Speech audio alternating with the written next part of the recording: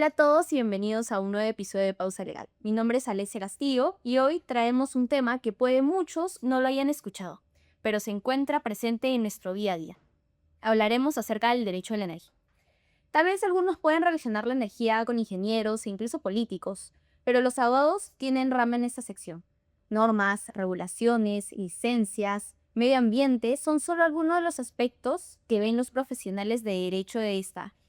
Si te interesó o de casualidad llegaste a este episodio, espero juntos podamos conocer más acerca de esta rama y seguir demostrando que el derecho está en todos lados. Para ello, sin más preámbulo, contamos con Anthony Daú, profesional y especialista en esta área. ¿Qué tal? Y bienvenido a Pausa Legal. Alexia, ¿cómo estás? Mucho gusto. Gracias por la invitación. Muchas gracias a ti también.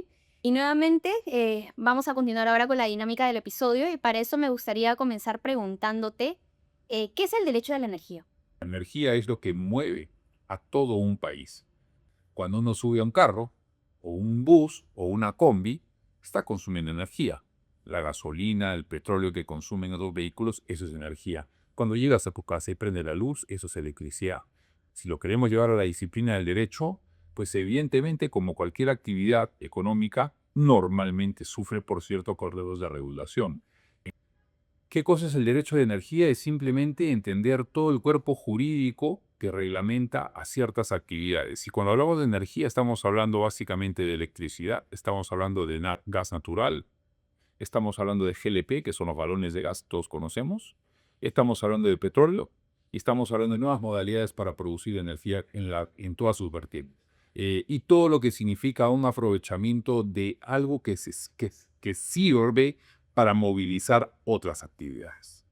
Perfecto. Tal como mencionas, la energía está presente en todo y como, bueno, y yo en mi caso estudiante de Derecho y bueno, en su caso, bueno, en tu caso ya como abogado, es importante regular este tipo de cosas y que se encuentren, o sea, que se encuentran en todo ámbito. Más bien, me parece bastante interesante cómo es que actualmente conoces mucho respecto a esta área, así que me gustaría remontarme un poco acerca del pasado y que me comentes cómo fue tu experiencia estudiando Derecho y cómo así es que descubriste el derecho a la energía. Bueno, yo, claro, estudié en la universidad hace mucho tiempo. En esa época no existía ningún curso que sea ni siquiera medianamente parecido o vinculado al tema de la energía. No había un curso que tenga derecho de la energía en la universidad. Lo más cercano que teníamos era derecho minero. Y digo lo más cercano porque tenemos una entidad pública que se llama Ministerio de Energía y Minas. En ese momento nadie conocía, nadie le preocupaba mucho tampoco el tema de energía. Porque además nosotros salíamos de una época en la que el Estado era un Estado empresario. Y una vez que acabo la universidad, o muy próximo a acabar la universidad, me invitan a trabajar al Ministerio de Energía y Minas. Termino aceptando, ingreso a trabajar al Ministerio de Energía y Minas y desde ese momento no me he separado de este sector nunca más.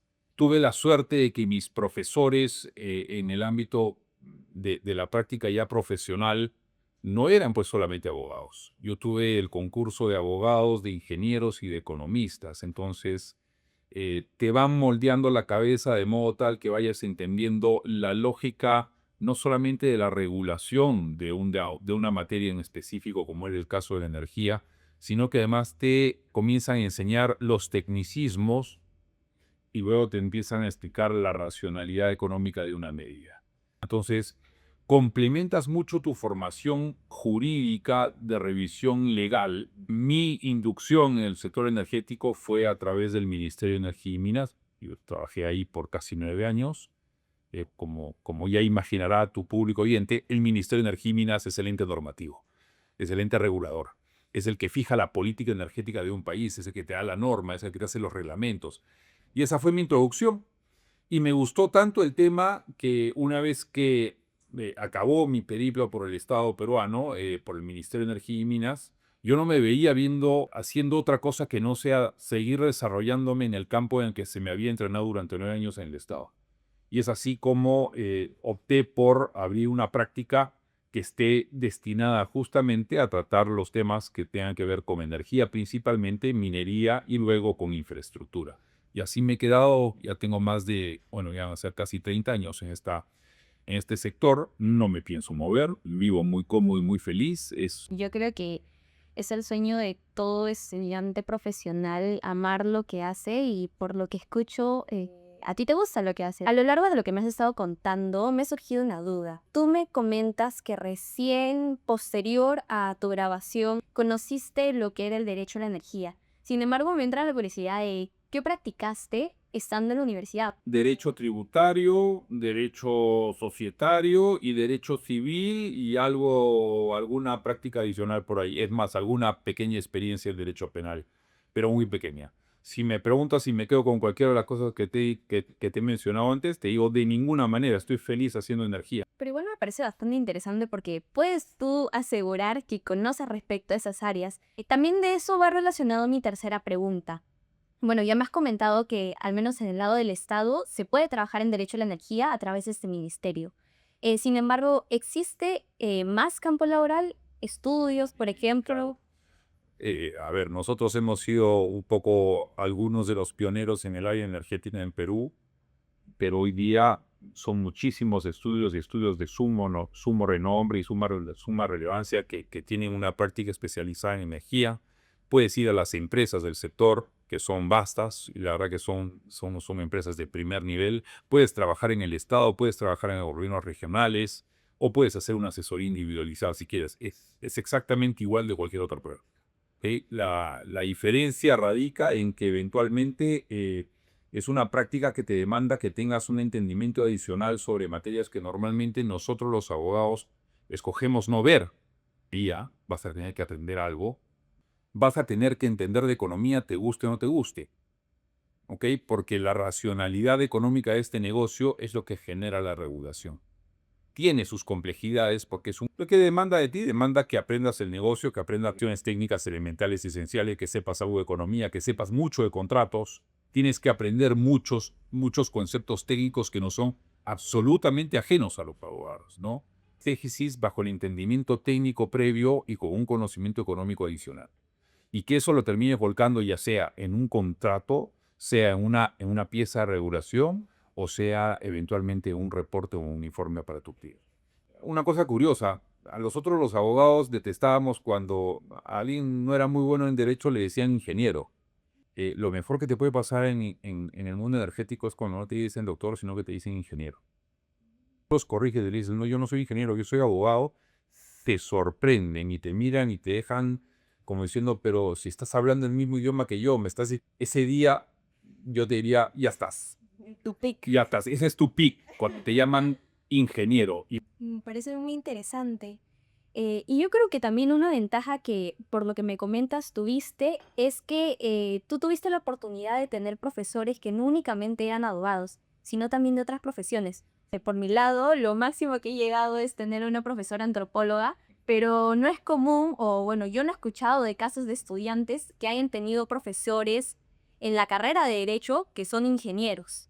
Yo creo que eso también, de alguna otra forma, te permite conocer respecto a otros ámbitos que yo creo que es necesario que todo estudiante conozca. Y también relacionado a eso, obviamente tú y ninguna persona nació sabiendo, sino fue aprendiendo a lo largo del tiempo. Más o menos, ¿cómo fue ese proceso? ¿Te metías a cursos para conocer un poquito más acerca de la terminología de los ingenieros? ¿Lo aprendiste en el día a día? efectivamente, la mayoría de mis jefes no fueron abogados. En realidad, yo no tenía un jefe abogado, nunca tuve un jefe abogado en realidad en el ministerio.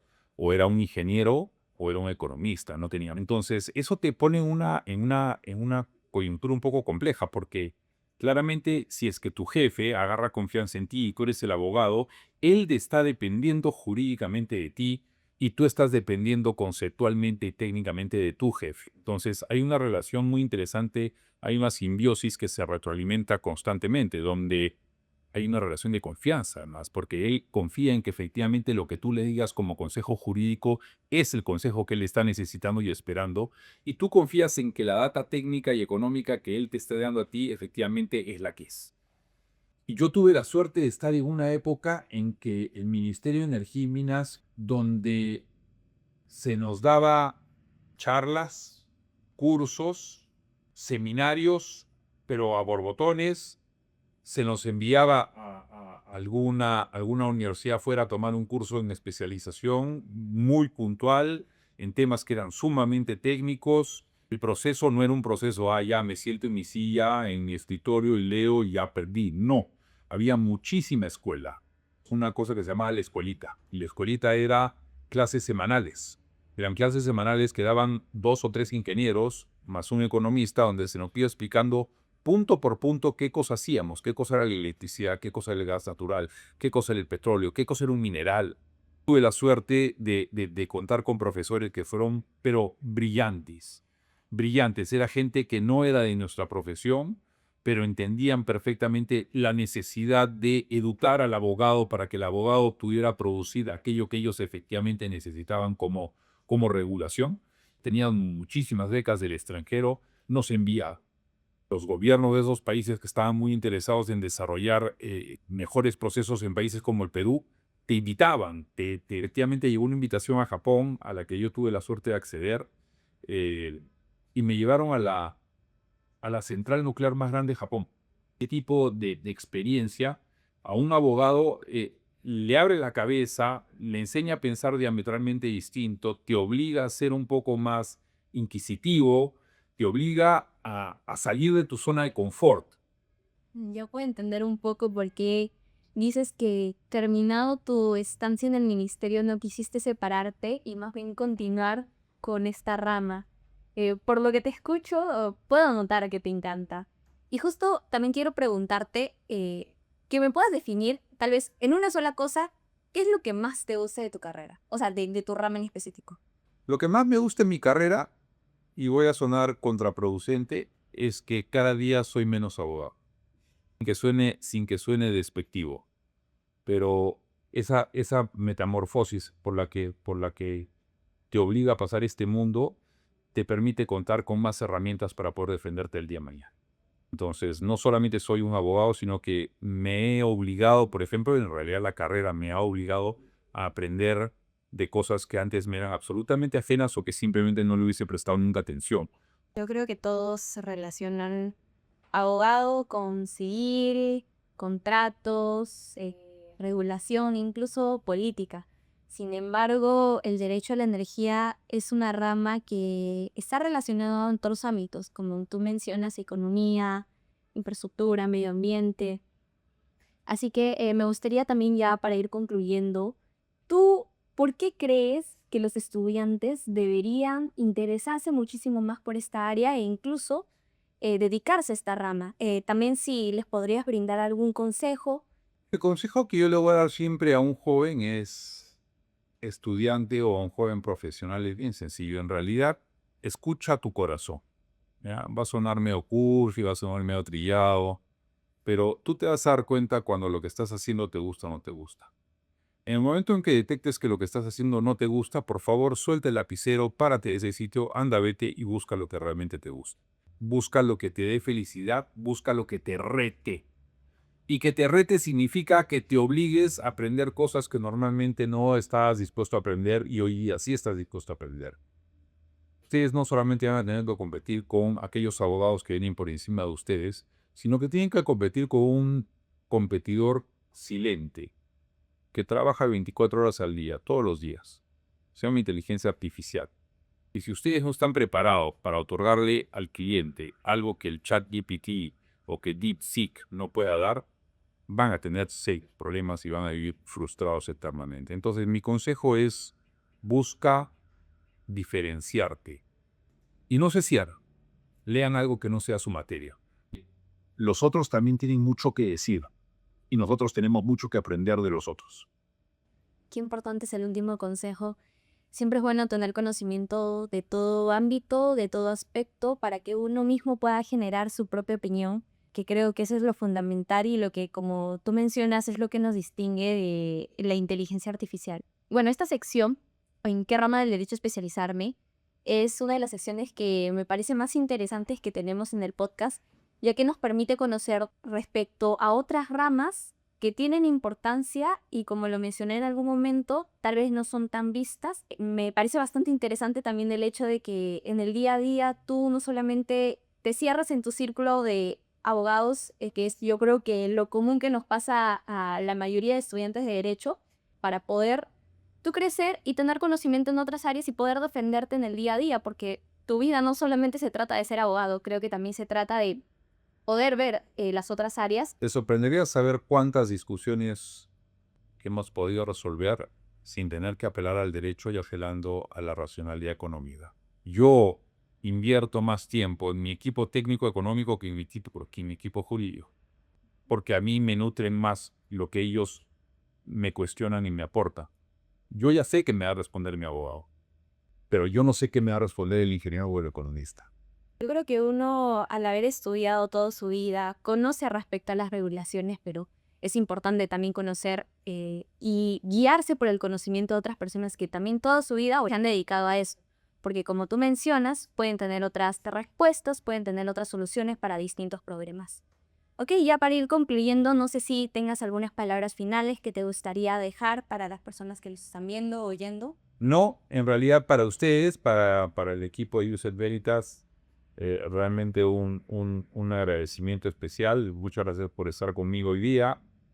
Felicitarlo por estas iniciativas, por ver que ustedes persisten en el tiempo, que siguen sacando la revista, que se están adaptando a los tiempos, tienen sus podcasts y todo esto. Chicos, sigan así, esto es fantástico, esto les hace muy bien. Emprendimientos como el de ustedes, de Userberry, obliga a que la cabeza funcione de una manera distinta. Y ustedes tienen que seguir funcionando de una manera distinta. Perfecto. Muchísimas gracias nuevamente y también a ustedes por escucharnos en este nuevo episodio de Pausa Legal.